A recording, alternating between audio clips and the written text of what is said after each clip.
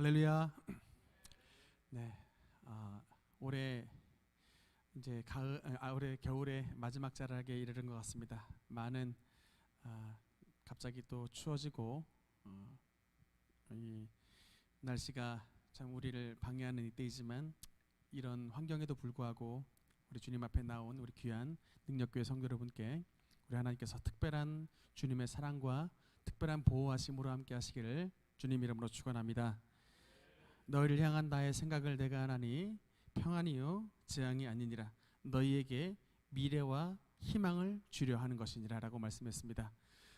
너희를 향한 나의 생각은, 그러니까 여러분을 향한 하나님의 생각은 재앙이 아니고 평안이라고 말씀하셨고 우리에게 미래와 희망을 주는 것이 주님의 꿈과 소원이라고 말씀했습니다.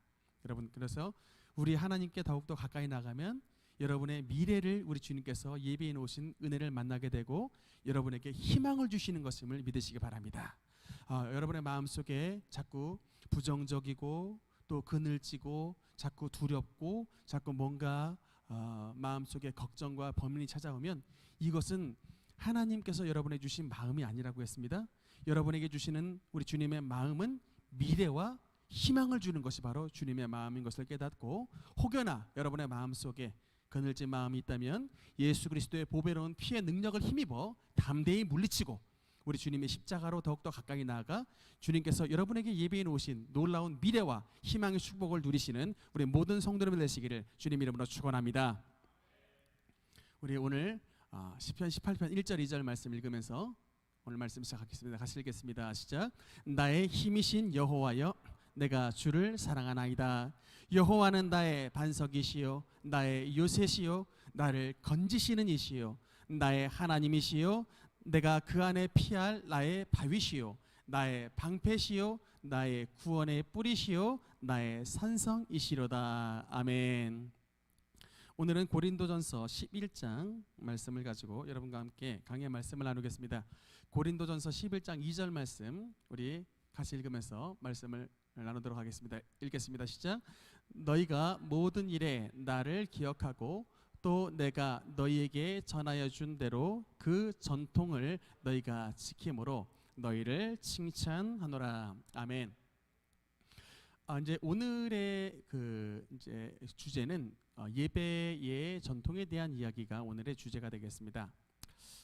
특별히 사도 바울은 고린도 교회 성도들을 칭찬을 했습니다. 원래 사실 사도 바울이 이 고린도 전서에서는 칭찬보다는 고린도 교회 성도들의 안고 있는 문제에 대해서 좀 꾸짖고 또 훈계하고 가르치는 내용이지만 그럼에도 불구하고 오늘 고린도 교회 성도들이 바울이 봤을 때 좀 잘했던 부분이 있어가지고 바울은 그 잘한 것에 대해서 칭찬을 하는데 그 내용이 뭐냐면 너희가 모든 일에 나를 기억을 했다. 즉 뭐냐면 사도 바울이 고린도 교회에서 목회를 할 때에 그 목회하셨던 말씀을 기억을 했다라는 것이고 또 내가 너희에게 전해줬던 그 전통을 지금 바울이 없는 이 시간까지도 잘 지켰기 때문에 바울이 고린도 교회 성도들을 칭찬했다라고 말씀을 합니다. 그런데 그 전통의 내용을 뭐냐면 이제 예배 모범, 그러니까 예배를 어떻게 드리면 되겠는가라는 내용입니다. 여러분, 이 하나님께 어떻게 예배를 드릴 것인가의 예배의 문제는 지금 우리가 예수님께서 승천하신 지 지금 2000년이 됐는데 2000년에 걸쳐서 여러분 이 기독교가 내려오면서 참 다양한 방법으로 예배를 드리고 있습니다.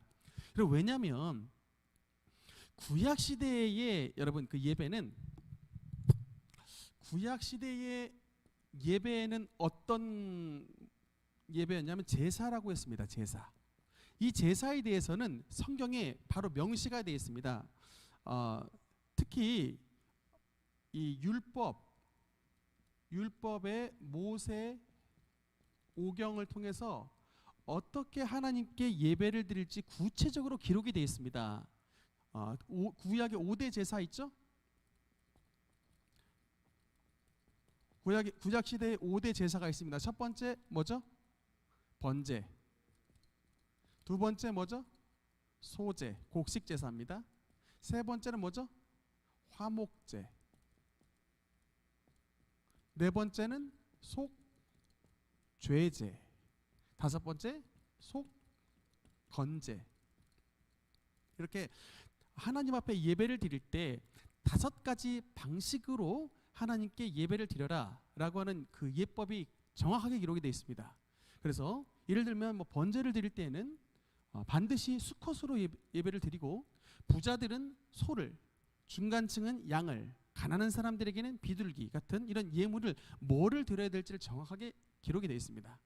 예를 들어 또 소제 같은 경우는 이제 곡식으로 하나님 앞에 예배를 드려라. 또 이 화목제 같은 경우는 암컷도 드리게 되어 있습니다. 이제 이런 식으로 어떻게 드리면 되는지 짐승에 대해서 정확하게 다 기록이 되어 있고 방법에 대해서 다 나와 있는데, 문제는 구약 시대의 예배가 아니라 신약 시대는 어떻게 예배를 드릴 것이냐에 대해서 성경에 분명한 기록이 되어 있지가 않아요. 그러니까 우리가 레위기를 읽어보면은 뭐는 어떻게 드리라고 정확하게 다 써 있는데, 신약 시대의 예배는 그냥 어떻게 예배를 드렸구나라는 것을 추측을 통해서만 알 수 있을 뿐이지 다 다릅니다. 그래서 이 바울이 고린도 교회에 가서 예배를 드릴 때 어떻게 하면 예배를 어떤 방법으로 드릴 수 있을 것이냐에 대해서 나름대로 예배의 모범을 가르쳤는데, 이제 그런 방식이 나와 있습니다. 그래서 다음에 보면요, 특히 여러분 이제 중요한 문제가 있습니다. 뭐냐면 일단 제가 그 첫 번째 문제가 됐던 것에 대해서 써놨는데, 초대교회 예배를 드린 날이 우리는 당연히 주일날에 예배를 드립니다. 그런데 초대교회에 모임이 했던 날이 안식일인가 주일이냐, 이 두 가지의 문제가 있었습니다. 여러분 모든 유대인들은 안식일 날 모여서 구약시대 하나님 앞에 예배를 드렸어요. 회당에서 안식일 날에 모였는데 우리는 지금 주일날에 예배를 드립니다. 그러면 초대교회 성도들은 과연 안식일 날 모였을 것이냐 주일날 모였을 것이냐, 이것을 보면요, 사도행전 17장 2절 한번 읽겠습니다. 시작. 바울이 자기의 관례대로 그들에게로 들어가서 새 안식일에 성경을 가지고 강론하며, 그 다음에 사도행전 18장 4절 읽겠습니다. 시작. 안식일마다 바울이 회당에서 강론하고. 아멘. 그럼 일단 하나님 앞에 예배를 드렸을 때 바울이 안식일, 새 안식일에 성경을 가지고 강론했다. 여러분 주일날에 예배를 드렸습니까? 안식일에 예배를 드렸습니까? 안식일에 예배를 드렸다고 나오죠? 사도행전 18장 4절에도 보면 안식일마다 바울이 회당에서 강론했다라는 말씀이 나오죠. 그래서 유대인과 헬라인을 권면했다. 그래서 일단 그러면 안식일에 모인 것 같은데, 그 다음 보면요, 그런데 또 바울이 안식일에만 모인 게 아니고 고린도전서, 오늘 이제 고린도전서 16장 2절에 보면 읽겠습니다. 시작. 매주 첫날에 너희 각 사람이 수입에 따라 모아두어서 내가 갈 때에 연보를 하지 않게 하라. 아멘. 그러니까 여러분 이 연보라는 말은 헌금이라는 말이에요. 그래서 근데 여러분 제가 빨간색으로 써놨는데 매주 첫날에 이런 말은 뭐냐면 이게 바로 안식 후 첫날이라는 뜻이에요. 우리 오늘날로 말하면 주일입니다. 주일. 그러니까 안식일은 토요일이고요, 안식 후 첫날은 주일이에요. 그러니까 예수님께서 돌아가신 날이 금요일 날이었기 때문에, 그래서 매주 첫날은 여러분 안식일 날이 아니고 안식일 다음 날인 오늘날의 주일입니다. 또 그럼 사도행전 20장 7절에는 언제 모였나 그걸 살펴보면은 20장 7절 한번 읽겠습니다. 시작. 그 주간의 첫날에 우리가 떡을 떼려 하여 모였더니 바울이 이튿날 떠나고자 하여 그들에게 강론할세 말을 밤중까지 계속하매. 아멘. 그래서 그 주간의 첫날에, 그러니까 주일은 주간의 첫날입니다.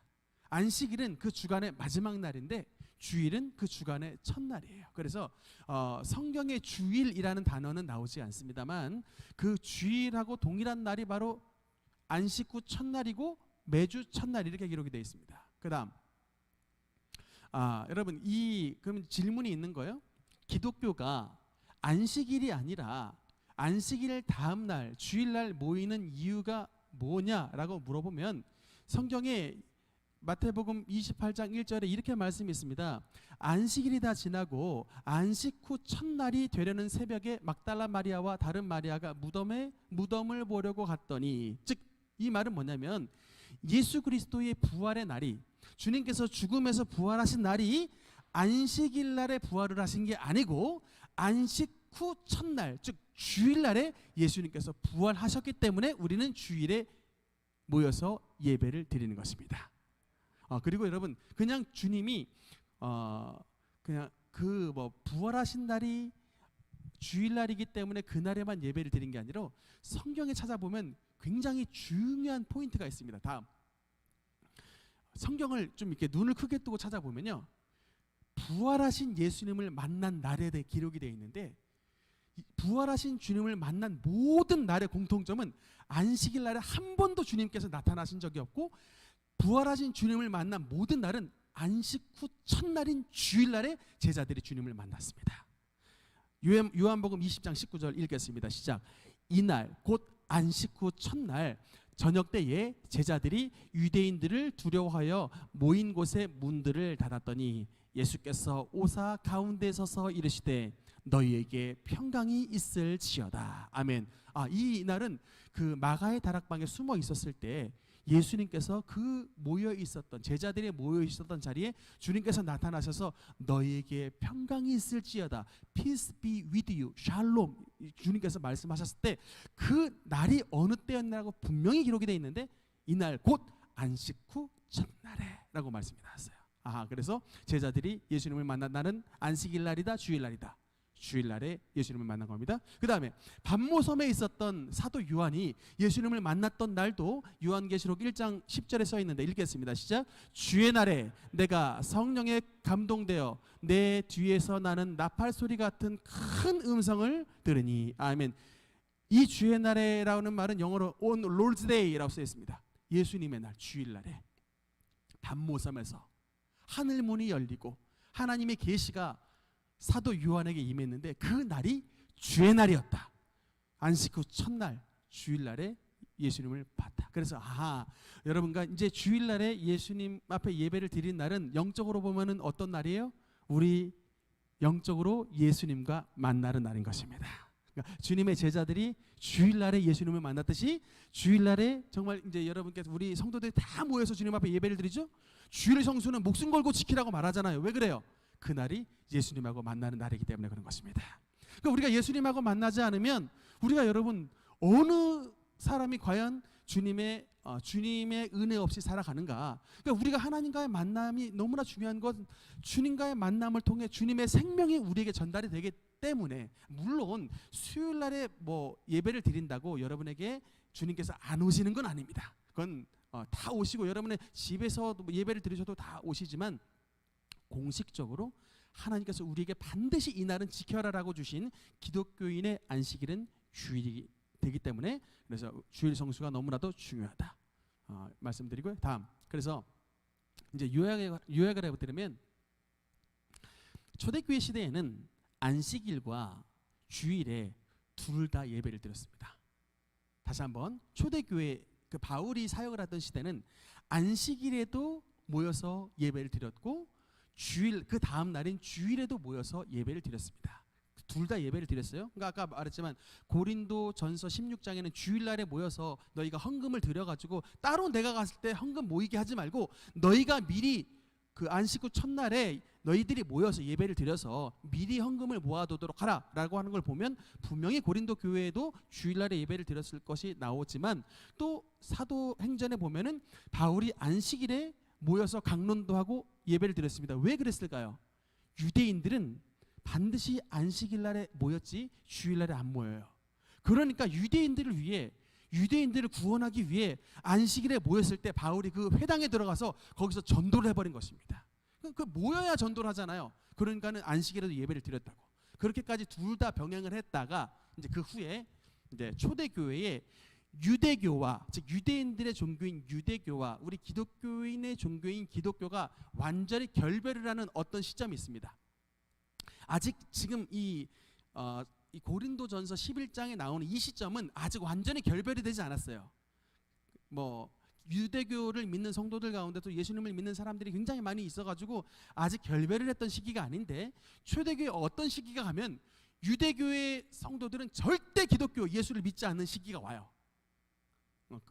이제 왜냐하면 기독교인들이 유대인들을 이제 핍박을 하고 굉장히 이제 박해를 해서 유대교와 기독교가 결별을 하는 시기가 오거든요. 지금까지도 여러분 유대인들은 기독교 절대 쳐다도 안 봐요. 아예 상종도 안 한다고. 그나마 지금 복음이 조금 열려서 유대인들 가운데 기독교 예수님을 믿는 사람들이 조금 생겨나긴 했는데 절대로 보통 유대인들은 기독교인이라고 상종을 하지 않습니다. 지금도 대부분 이렇게 갈라지는 시기가 오는데 그때서부터는 이제는 어느 시점서부터는 이제 안식일이 아닌 주일 예배가 정착이 되게 돼서 오늘날까지 오게 됐다는 거 말씀을 드리겠습니다. 그다음 다음. 그래서 그 예배 잠깐 한 가지만 말씀을 드리면요. 예배에 우리가 예배를 드리는데 예배의 그 중요 5대 요소가 있습니다.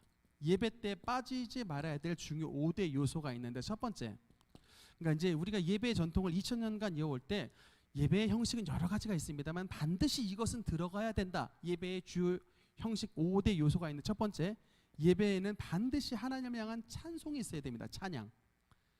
그러니까 찬송이 없는 예배는 없어요. 주님, 왜냐하면 이 속에 주님 앞에 영광을 돌리고 예배가 이렇게 글로리아라 해서 주님 앞에 영광을 올리는 이게 영광, 또 주님 기쁨의 하여튼 여러 그 기쁨의 찬양들, 이 찬송들 하여튼 이 내용들이 하나님 앞에 찬송과 영광을 통한 이런 찬양을 하나님 앞에 드려야 된다. 첫 번째 요소 찬양이고, 두 번째 예배 속에는 반드시 기도가 있어야 됩니다. 이 기도 속에는 회개 또 뭐 간구 이런 내용들이 들어가게 되죠.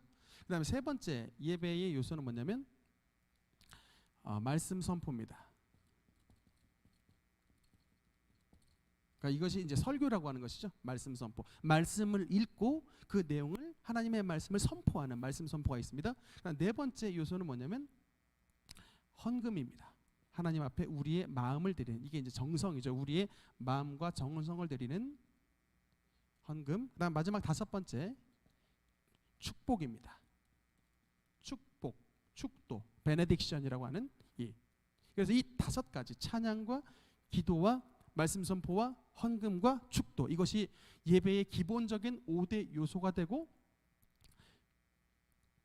이제 모든 예배 때만 있는 건 아니지만 추가로 이제 예배 때 행해지는 것은 이제 성례죠. 성례는 세례와 성찬. 그래서 특히 이제 구교인 캐톨릭은 예배의 중심이 이제 그 성찬이 중심이 되는데, 우리 그 개신교는 특히 예배의 중심은 이 이제 설교, 말씀 선포에 비중이 더 많이 두고 있습니다. 어쨌든 그러나 우리도 예배 때 모든 예배 때마다 세례와 성찬을 하는 건 아니지만 이 예배에 우리는 1년에 2차례 이제 그 성례식을 거행을 하는데, 우리가 이제 지금 코로나 때문에 성찬을 못 나누고 있습니다만 이제 기회가 되면, 예전엔 1년에 2번 정도 했다면 저희가 기회가 되면 조금 2번보다는 더 많이 여러분과 이제 성찬을 함께 나눌 예정입니다. 어쨌든 예배의 기본 요소에 대해서 알아두시면 좋겠고요. 그다음 이제 고린도 교회에서 발생한 예배의 문제가 이제 그 오늘 고린도전서 11장 전반부의 주제가 되는데, 4절 5절 한번 같이 읽겠습니다. 시작. 무릇 남자로서 머리에 무엇을 쓰고 기도나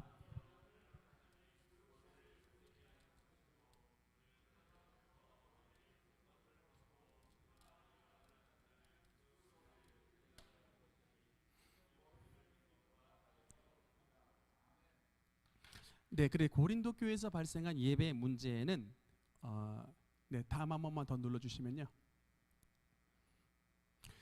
예배 때에 쓰는 수건의 문제가 이제 오늘 그 고린도전서 11장 초반부에 나와 있는 문제입니다. 여러분 예배 때 지금 머리에 수건을 쓰시는 분이 없으시네요. 근데 참 이렇게 말씀이 나와 있습니다. 물은 남자로서 머리에 무엇을 쓰고 기도나 예언을 하는 것은 그 머리를 욕되게 하는 것이지만, 여자로서 머리에 쓴 것을 벗고 기도나 예언을 하는 자는 머리를 욕되게 하는 것이니 이는 머리를 민 것과 다름이 없습니다 라는 말씀이 나옵니다. 그래서 예배 때 머리에 그러니까 모자나 이런 수건을 쓰는 문제가 지금 굉장한 고린도 교회 문제로 발생을 했기 때문에 이게 이제 사도 바울이 여기에 대해서 견해를 기록을 한 건데, 다음 보면요. 이제 여러분 이게 그 이슬람 여인의 머리에 쓰는 히잡이라고 합니다. 이슬람의 보통 여인들은 이렇게 머리에 다 이렇게 수건 같은 것을 써야 되는데 저 이름이 히잡이라고 하네요. 다음. 잠깐 다음 화면 잠깐 볼까요?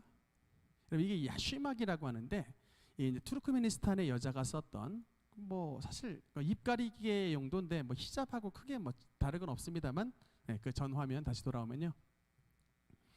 이렇게 고대 근동과 헬라 지역의 정숙한 여인들은 그 머리에 야쉬막이라고 하는 이런 수건을 썼다고 합니다. 근데 이 머리의 수건은 당시의 여자들이 다 저 머리에 수건을 쓰고 다녔는데 이 상징이 뭐냐면 여자들 이것을 쓴 여자는 정숙하고 이것을 쓴 여자는 순결합니다. 정결한다고 하는 이런 여자들의 정숙함과 순결함의 상징, 또 남자의 권위 아래에 있다라는 이런 이제 정숙의 표시였어요. 그래서 저런 야쉬막이라고 하는 이런 수건을 보통의 여인들은 다 쓰고 다닌 상황이고, 그다음. 근데 그 당시에 그 길거리에 머리에 수건을 쓰지 않았던 여인들이 있었습니다. 머리에 수건을 쓰지 않았던 여인들은 어떤 여인이었냐면 고린도전서 11장 5절에 보면 이런 말씀이 있습니다. 무릇 여자로서 머리에 쓴 것을 벗고 기도나 예언을 하는 자는 그 머리를 욕되게 하는 것이니 이는 머리를 민 것과 다름이 없습니다. 그러니까 그 길거리에 다녔을 때 머리를 가리지 않고 짧은 머리를 하거나 또는 거의 빡빡이 대머리를 하고 다녔던 사람들이 있는데, 이 사람들은 누구냐면 정숙한 여인이 아니고 소위 말하는 창녀들, 그러니까 몸 파는 여인들이었어요. 그래서 머리를 짧게 하고 다니거나 머리가 대머리거나 아니면 머리에 무엇을 안 썼다 그러면 저 사람의 신분은 뭐다라는 거예요? 창기구나라는 거예요. 그러니까 당시에 이 당시에 고대의 고린도 지역의 관습이었어요. 그래서 반드시 여인들이 정숙하다라고 하는 표시는 그렇게 머리를 쓰고 다니는 게 그 표시인데, 교회에 들어왔을 때 여자들이 교회의 머리에 아무것도 안 쓰고 들어온 여인들이 당시에 있었기 때문에 이것이 이제 교회 내에서 문제가 되는 거예요. 그러면 그러니까 다음. 이게 당시 이유가 있었습니다. 고린도 교회에 찾아왔던 일부 여자 성도들이 머리에 이거 수건을 쓰지 않았어요. 뭐라고 말하냐면 우리는 그리스도 안에서, 예수님 안에서 우리는 자유롭다. 이게 그까짓거 머리에 수건 쓰든 안 쓰든 우리는 전혀 예수님을 믿는데 하등의 문제가 되지 않는다. 우리는 그리스도 안에서 자유로운데 왜 자꾸 이런 사회적인 관습이 나를 힘들게 하느냐라고 이제 그래서 일부 성도들이 벌써 제껴버린 거예요. 난 그냥 예수님 모자 쓰든 안 쓰든 수건 쓰든 안 쓰든 문제 되지 않는다라고 했는데, 이게 바울이 이렇게 했을 때 바울의 답이 뭐냐면 고린도전서 8장 9절에 뭐라고 말해요? 그런즉 너희의 자유는 좋다. 그러나 너희의 자유가 믿음이 약한 자들에게 걸려 넘어지는 것이 되지 않도록 조심하라라고 말을 하는 거예요. 즉 이 사회 간섭적으로 이미 우리가 여자들이 머리에 쓴 여자들이 정숙하고 그 여자들이 순결한 것인데, 만약에 쓰지 않은 여자들이 교회에 대거 들어와 버리면 교회의 질서가 무너진다는 거예요. 교회는 완전히 창기들의 모임이구나, 교회는 아주 성적으로 문란한 것이구나, 이렇게 세상 사람들에게 지탄을 받을 수 있기 때문에 바울은 그렇게 하지 말고 교회에 들어온 여자들은 반드시 사회의 간섭을 쫓아 머리에 수건을 쓰라라고 말했어요. 그래서 너희의 자유가 믿음이 약한 자들에게 걸려 넘어지는 것이 되지 않도록 조심하라. 물론 이게 믿음이 좋은 성도들에게는 그것이 문제가 안 될 수 있지만, 보통 세상 사람들은 만약에 머리에 수건을 쓰지 않은 성도들이 여자들이 대거 들어와 있으면 교회는 문란한 집단이라고 분명히 말을 할 수 있기 때문에 이것에 대해서 미연에 방지하고자 바울은 관습을 쫓으라는 거예요. 관습을 쫓아 정숙함을 지키라고 말하는 거예요. 그러니까 교회는 뭐냐면 세상의 질서를 혼돈시켜서는 안 됩니다. 여러분 이게 성경의 원리예요. 우리의 신앙이 중요하지만 우리 세상 사람들 봤을 때 우리의 신앙이 질서가 있어야 되는 거예요. 우리의 신앙이 세상 사람들에게 지탄의 대상이 되어서는 안 됩니다. 사도 바울은 그리스도의 자유가 중요하지만 그 자유가 믿음이 약한 자들에게 걸려 넘어지는 것이 되지 않도록 조심하라라고 말을 하는 거예요. 그러니까 우리 여러분 예수님을 믿는 사람들 방역 질서 지켜야 됩니다. 난잡하게 되어서는 안 되는 거예요. 세상 사람들에게 이게 지탄의 대상이 되어서는 안 되는 거예요. 믿음이 약한 자들에게 걸려 넘어지는 게 되지 않도록 조심하라라고 말을 했습니다. 그러니까 다시 한번 얘기하지만 교회에 들어오는 예수님을 믿는 믿음을 가진 사람들이 세상 사람들이 봤을 때에도 아하, 저 사람들은 참 질서 있구나, 저 사람들은 참 정숙하구나, 저 사람들은 참 그 순결하구나, 이렇게 하나님을 믿는 사람들이 좋은 얘기를 듣게끔 해야지 우리가 막 그냥 자유롭다고 방방 뛰는 것 바울이 허용하지 않습니다. 세상 사람들이 봤을 때에도 교회는 칭찬을 받는 집단이 되어야 된다는 것이죠. 다음으로 넘어가겠습니다. 그래서 바울의 전통에 대한 해석, 첫 번째, 이 민족의 전통이, 즉 이제 지금 고린도 지역인데 이런 고린도 교회 성도들의 전통이 신앙에 대해서 걸림돌이 되지 않으면 장려하는 거예요. 즉 뭐냐면 머리에 쓰는 이 관습이 있는데 이 관습이 신앙에 대해서 전혀 걸림돌이 없잖아요. 도리어 신앙에 대해서 이게 도움을 주고 정숙하게 하고 이런 질서를 잡히는 표시라면 머리에 쓰라는 거예요. 벗지 말고 쓰라. 너희의 관습이 여자가 수건을 쓰는 것이 정숙의 표시이고 순결의 표시면 쓰라는 거예요. 벗지 마라, 쓰라는 거예요. 그러나 두 번째, 그러나 그 민족의 전통이 신앙에 만약에 걸림돌이 된다면 그거는 제거해버립니다. 그 대표적인 게 조상제사죠. 고린도전서 10장 20절 한번 읽겠습니다. 시작. 무릇 이방인이 제사하는 것은 귀신에게 하는 것이요 하나님께 제사하는 것이 아니니.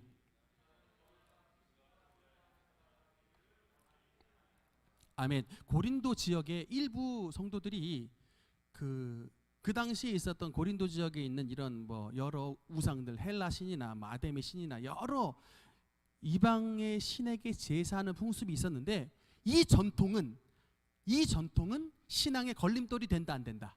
걸림돌이 되는 거예요. 무릇 이방인이 제사하는 것은 하나님께 제사하는 게 아니고 귀신에게 하는 것이기 때문에 그거는 제거해 버립니다. 아무리 그 지역의 전통이라 할지라도 신앙의 관점에서 봤을 때 제거를 해버리는 거예요. 그래서 바울은 신앙이라는 기준, 하나님을 섬기는 예배라는 기준으로 봤을 때 도움이 되면 장려합니다. 머리에 수건을 쓰는 거. 그러나 이제 우리에게 그런 관습이 없으니까 우리에게는 이게 절대 명령이 아니에요. 여러분이 머리에 수건 안 쓰고 교회 오셨다고 해서 여러분을 어떤 뭐 질 나쁜 여인으로 생각하는 사람 없습니다. 아무도 없어요. 그러니까 아무도 없으니까 이건 문제가 되지 않으니까 이건 그냥 절대 명령이 아니에요. 이건 그냥 그 당시에 관습인데 관습이 신앙에 도움이 되면 그렇게 허용을 한 것이지만 우리는 머리에 뭐 쓴다고 해서 여러분이 뭐 신앙이 좋고 머리에 안 쓴다고 신앙 나쁜 사람으로 말하는 사람이 없기 때문에 이것은 우리에게 절대적인 요소가 아니다. 무슨 말씀인지 이해되시죠?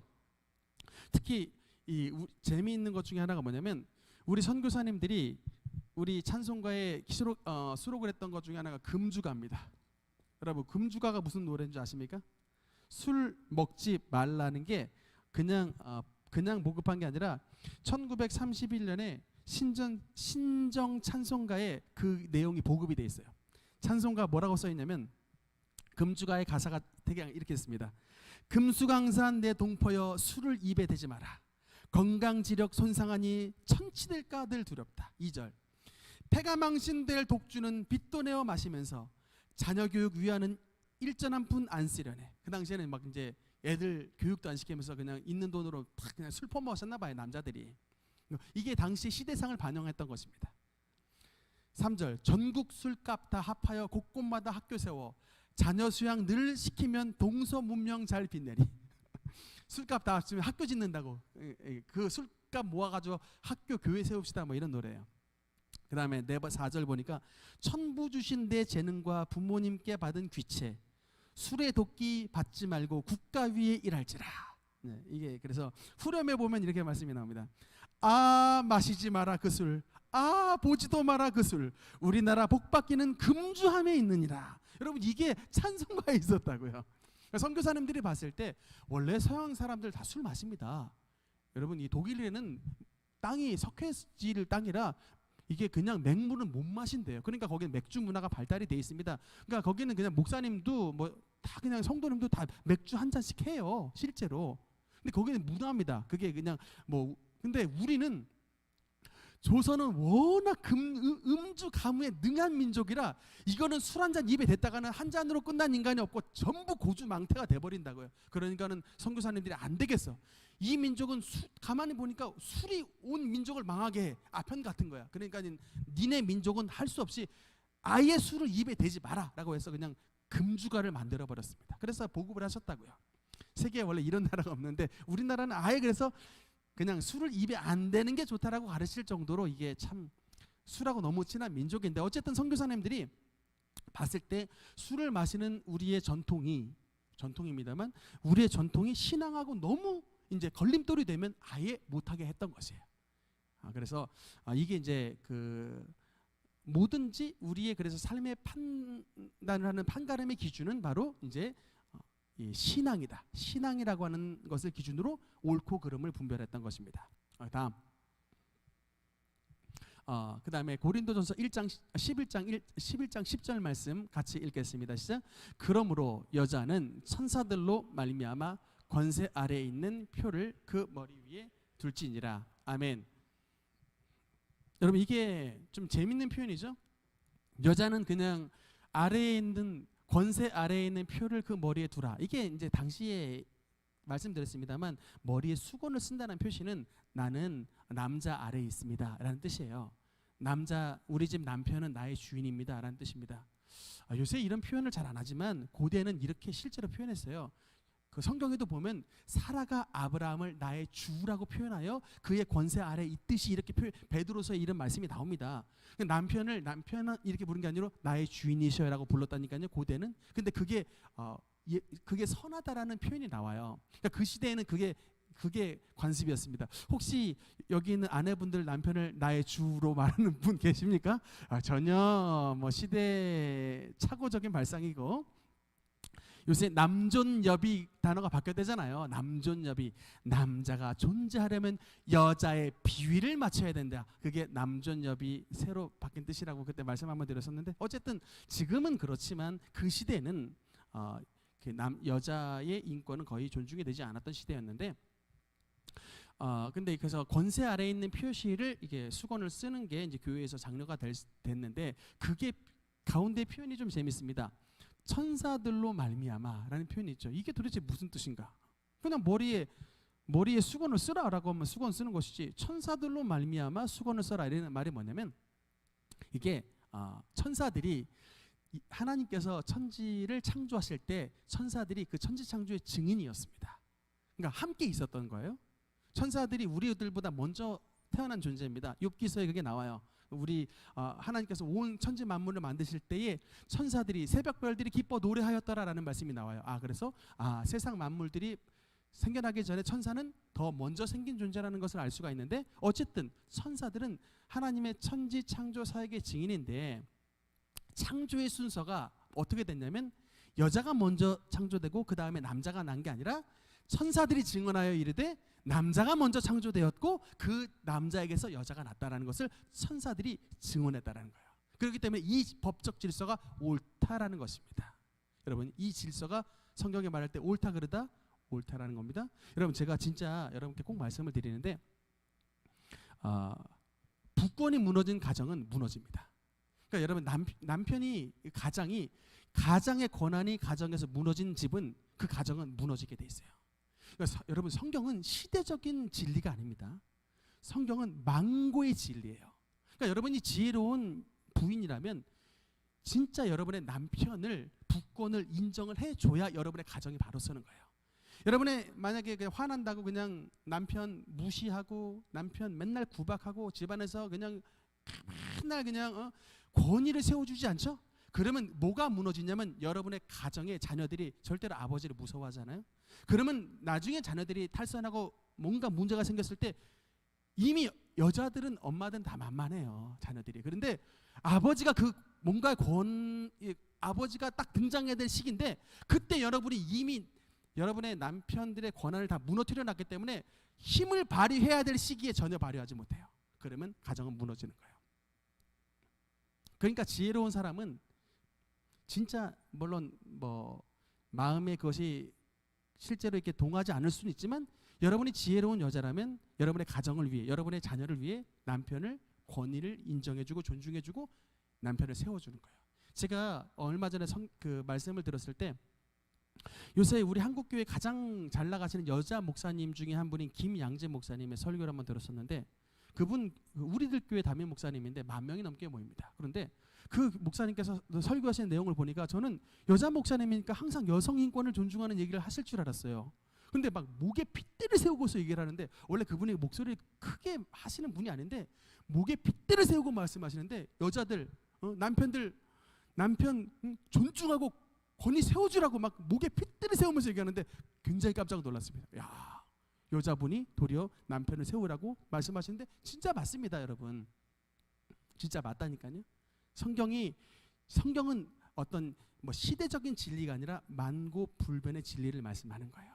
여러분의 가정이 바로 세워지기 위해서는 여자인 여러분들이 남편을 존중하고 바로 세워져야 여러분의 가정이 세워지고, 가정이 세워져야 사회가 세워지고, 사회가 바로 돼야 국가가 잘 세워지고 하나님의 은혜대로 흘러가는, 이게 바로 영적인 원리라는 사실을 믿으시기 바랍니다. 다음, 바울의 여성관에 대해서. 그러나 바울이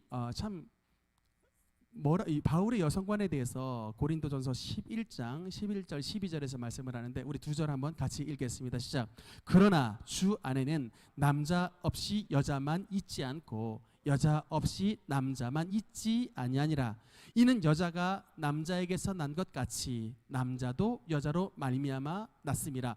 그리고 모든 것은 하나님에게서 났느니라. 아멘. 바울의 결론은 바로 이거예요. 물론 순서적으로 남자가 먼저 낳고 그 남자에게서 여자가 낳지만, 그렇다고 바울이 이 11장에 썼던 건 남자만 최고 여자는 아무것도 아니다, 이 말씀을 하기 위해서 한 것이 아니고, 바울은 여자가 남자에게서 난 것 같이 남자도 또한 여자에게서 낳고 그 모든 것은 하나님으로부터 났으니, 이런 영적인 질서를 따라 남자도 여자를 존중하고 여자도 남자를 존중하라라는 차원에서 말씀을 한 것입니다. 그래서 다음을 보면요, 참 이 바울이 인권에 대해서 참 이 말씀을 다음으로 잠깐 넘어가겠습니다. 여성에 대해서 잠깐 보면요, 우리 유명한 말씀입니다. 마태복음 14장 21절 한번 읽겠습니다. 시작.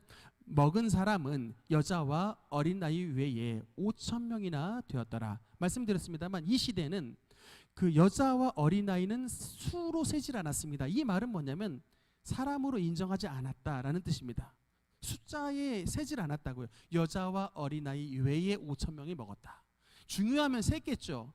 중요하지 않으니까 안 셌습니다. 그 시대가 그런 시대예요. 예수님이 공생애하시고 바울이 살았던 시대가 여자를 수로 쉬지 않았던 시대입니다. 그런데 바울은 이 시대 속에 누구랑 함께 일을 했느냐? 로마서 16장에 보니까 깜짝 놀랐습니다. 여러분, 바울이 동역한 여자들에 대해서 로마서에 기록을 하고 있습니다. 로마서 16장 1절 읽겠습니다. 시작. 내가 겐그레아 교회의 일꾼으로 있는 우리 자매 베베를 너희에게 추천하노니. 그래서 일단 로마서 16장 1절에 베베라고 하는 여자 이제 동역자가 나옵니다. 베베를 너희에게 추천하노니. 겐그리아 교회의 일꾼으로 있었다. 그러니까 바울은 남자들만 동역했던 게 아니다. 그 시대는 여자와 어린아이 외에라고 말하던 시대지만 바울은 그럼에도 불구하고 그 여자를 주님의 일꾼으로 인정하고 그 베베에게 로마서를 전달하게 시켰습니다. 여러분, 우리가 지금 로마서를 읽을 수 있는 이 이유 중에 하나가 자매 베베, 이분이 로마서를 바울에게서 우리에게 전달해줘서 그런 거예요. 얼마나 중요한 역할을 했습니까? 그러니까 바울은 여성을 존중하고 그 재능대로 사용할 줄 아는 사람이었다. 16장 3절 읽겠습니다. 시작. 너희는 그리스도 예수 안에서 나의 동역자들인 브리스가와 아굴라에게 문안하라. 아멘. 여러분, 브리스가와 아굴라는 부부입니다. 근데 브리스가와 아굴라 중에 누가 남자일까요? 아굴라가 남자입니다. 브리스가는 누구겠어요? 여자, 부인이에요. 근데 당연히 우리의 순서대로 말하면 아굴라와 브리스가로 나오겠죠. 근데 순서가 뭐가 나왔어요? 브리스가와 아굴라로 나왔습니다. 이 말은 무슨 뜻일까요? 부부 중에 누가 더 바울 사역에 조금 더 먼저 앞장섰다? 브리스가, 여자가 앞장섰다는 것입니다. 그래서 브리스가와 아굴라. 그래서 이 바울을 위에 동역을 했던 이 위대한 동역자 중에 여자가 먼저, 그러니까 바울은 남자라고 무조건 먼저 쓰는 게 아니라 그 사역의 우선순위에 여자가 부인이 더 앞장섰으면 그 부인의 이름을 먼저 쓰는 거예요. 여러분 무슨 말씀인지 아시겠죠? 그러니까 하나님의 나라에도 여러분의 남편보다 더 앞장섰다. 하나님의 나라에 여러분의 이름이 남편보다 더 앞장선다고요. 더 열심히 한 순서대로 쓰시는 것입니다. 여자라고 차별하는 게 아니고 하나님은 열심을 낸 그대로 쓰신다. 브리스가와 아굴라. 그 다음 16장 6절 또 여자 이름 또 나옵니다. 읽겠습니다. 시작. 너희를 위하여 많이 수고한 마리아에게 문안하라. 여자와 어린아이 외에 이 여자는 세지도 않았던 시대인데 이 로마서 16장에 얼마나 여자의 이름을 속속들이 기록하나 보시라고요. 너희를 위하여 많이 수고한 마리아에게 문안하라. 그 다음 16장 13절 읽겠습니다. 시작. 주 안에서 택하심을 입은 루포와 그의 어머니에게 문안하라.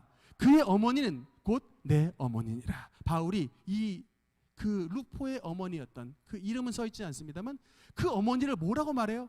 그의 어머니는 내 어머니다.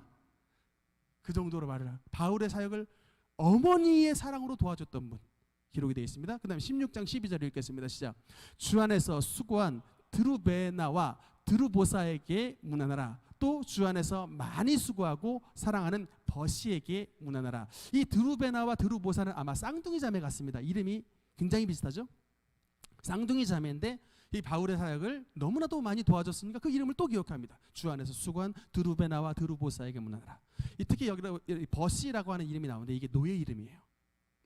버시 당시에 이거는 노예 이름이었다고 성경학자들이 추정을 합니다. 근데 이름이 왜 써있냐면 노예였지만 바울의 복음을 듣고 자유인이 되어 바울을 위해 너무나도 수고했던 그 이름 버시입니다. 다 기록하죠. 드루베나, 드루보사, 버시, 마리아, 또 앞에 브리스가, 베베 이런 모든 여자의 이름들을 다 기록을 할 정도로 바울은 진짜 찐 여성 인권 운동가였습니다.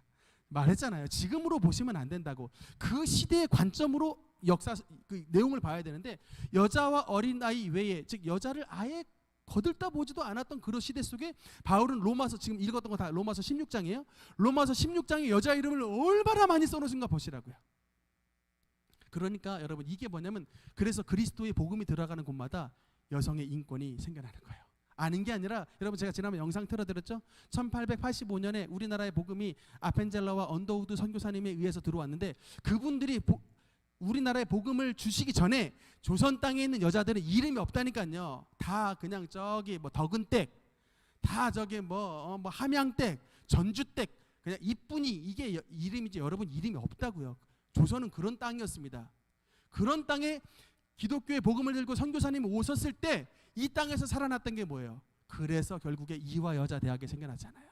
이화 여자 대학. 스크랜톤 여사님이 이화 학당을 세워가지고 이화 여자 대학을 세워주고 그래서 우리 성도님 중에 한 분이 지금 그 좋은 대학을 나오신 건 아니겠습니까? 그냥 선교사님들이 복음의 씨앗을 뿌리니까는 학교를 들어가실 수 있었지 그분들이 복음의 씨앗을 뿌리지 않았으면 이화 학당이 어디 있냐고요. 지금 이 땅에 다 그냥 여자들은 여러분들은 지금 이름도 없다고요. 그냥 글도 모른다고요. 그런 땅을 기독교의 복음으로 바꿔놓으셨다.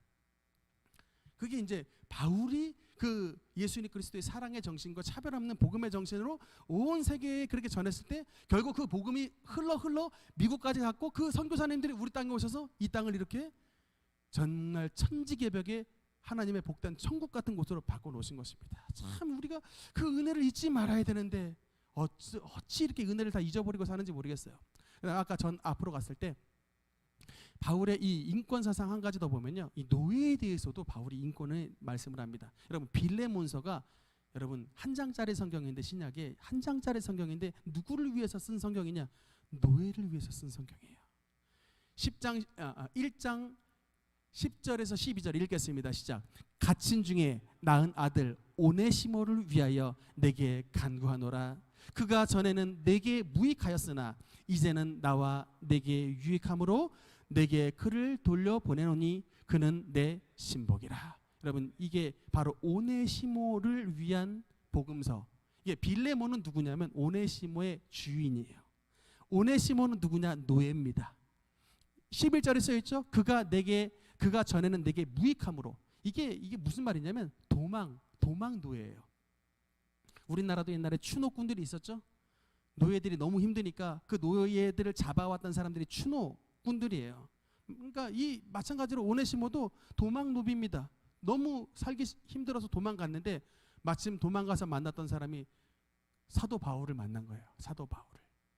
그때 사도 바울이 그냥 전도를 도와주는 노예니까 내 밑에 있어 이렇게 하지 않고 사도 바울이 얼마나 매너가 좋은 사람인 줄 압니까? 그냥 도망쳤으면 도망친 대로 해야 되는, 그게 그냥 도망친 대로 냅두지 않고 그 주인 오네시모에게 정식으로 편지를 보내는 거예요.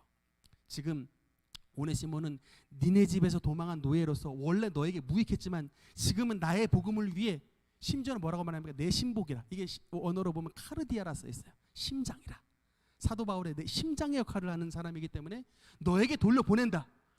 너에게 돌려보내서 내가 이것을 억지로 하지 않고 너에게 정식으로 허락받고 나의 복음의 동역자로 삼겠다. 돌려보내요. 바울이 이런 사람입니다. 그러니까 절대로 그냥 취하지 않고 도망 나왔습니다만 가서 용서 구하고 허락받고 나에게 오라. 그래서 그 편지를 빌레몬에게 보낸 편지입니다. 근데 이런 편지가 우리에게 참 감동을 주었던 건 한 장짜리지만 그 위대한 네로 황제 앞에서 서가지고 변론을 했던 그 위대한 사도 바울이지만 그 종의 인권에 대해서도 사랑하고 그 관심이 있어서 결국은 그 종에 대해서도 제대로 된 주님의 사랑을 전하기 위해서 썼던 성경이 바로 빌레몬서입니다. 그러니까 바울은 여러분 여성도 사랑했고 노예도 사랑한 진짜 인권, 참된 인권이 그 속에 담겨져 있다라는 것입니다. 마지막으로 넘어가면 그래서 잠깐요. 그 전에 이게 왜 그러냐면 예수님께서 이 바울에서 이게 출발한 게 아니라 예수님에게서 출발한 겁니다. 여인에 대한 사랑이 여자와 어린아이 외의 시대 속에 요한복음 20장 1절에 보면 안식 후 첫날 일찍이 아직 어두울 때에 막달라 마리아가 무덤에 와서 돌이 무덤에서 옮겨진 것을 보고, 그래서 여러분 이게 뭐냐면 예수님의 부활의 증인이 제일 첫 증인은 누구였다? 여자였다는 것이죠. 주님의 부활의 첫 증인은 주님의 12 제자도 아니고 그냥 일반 남자들도 아니고 당시에 천대받았던 여자, 그것도 창녀라고 알려져 있는 막달라 마리아가 주님의 부활의 첫 번째 증인이었다. 그러니까 주님에겐 이런 차별이 없는 거예요. 이런 비천한 여인이었지만 주님의 증인으로 나섰을 때 성경에 이 이름을 딱 기록을 해버립니다. 또 부활만 그런 게 아니라 누가복음 23장 27절에 보면 또 백성과 그를 위하여 가슴을 치며 슬피 우는 여자의 큰 무리가 따라오는지라. 주님의 제자들 남자들 다 도망갔어요. 여자들이 의리가 있어요. 제가 이거 보니까 이 현장 누가복음 23장 27절은 예수님이 지금 골고다 언덕을 오르고 있는 그 현장입니다. 주님의 제자들은 다 내빼고 다 도망갔다니까요. 남자들 의리 없이 다 도망갔습니다. 근데 여자들이 슬피 우며 가슴을 치며 주님과 함께 비아 돌로로사 그 골고다 언덕을 올라가는 거예요. 슬피 우는 여자의 큰 무리가 주님을 따라갔다. 그래서 여러분 결국 이제 이 주님의 십자가와 주님의 부활의 현장에 여자들이 함께 했더니 결국 주님의 복음이 들어가는 곳마다 여자들의 인권이 신장이 되고 여자들이 정말 주님 안에서 희망을 얻고 여자들이 정말 하나님의 창조의 능력으로 하나님의 생명을 얻고 보배롭고 존귀한 존재들로 쓰임을 받았다는 것입니다. 그래서 이제 진짜 여성의 참된 인권 운동은 하나님 사랑, 생명 사랑, 말씀 사랑입니다. 제가 이것을 썼던 건 요새 여자들의 페미니즘 운동을 한다는 여인들이 가장 주창하는 바가 뭐냐면 낙태 운동이에요. 낙태 운동. 이거는 정말 이 인권 운동은 절대로 하나님으로부터 말미암지 않았다는 것입니다. 어떻게 자기 뱃속에 있는 생명을 자기 마음대로 죽이는 게 그게 어떻게 인권이 될 수가 있냐고요. 자기들이 그렇게 옛날에 그렇게 천대받아 놓고는 그렇게 옛날에 자기들이 그렇게 어려움을 당해놓고는 이제는 자기 뱃속에 있는 생명을 마음대로 죽이려고 그래? 물론 뭐 걔네가 내세운 근거 중에 하나가 원치 않은 임신을 해서 그렇다고 하지만 여러분 그거는 대부분 뭐 그런 극소수의 일이고요. 자기들이 그냥 멋대로 몸을 굴려내놓고는 책임을 안 지려고 해놓고 이게 도대체 말이나 되는 것입니까? 그래서 진짜 인권 사상은 하나님의 말씀 안에서 생명을 사랑하고 하나님을 사랑하는 그것이 바로 참된 여성 인권 운동이다라는 것입니다. 다음 시간에 이어서 말씀을 드리겠습니다. 오늘 여기까지 말씀을 드리고 기도하겠습니다.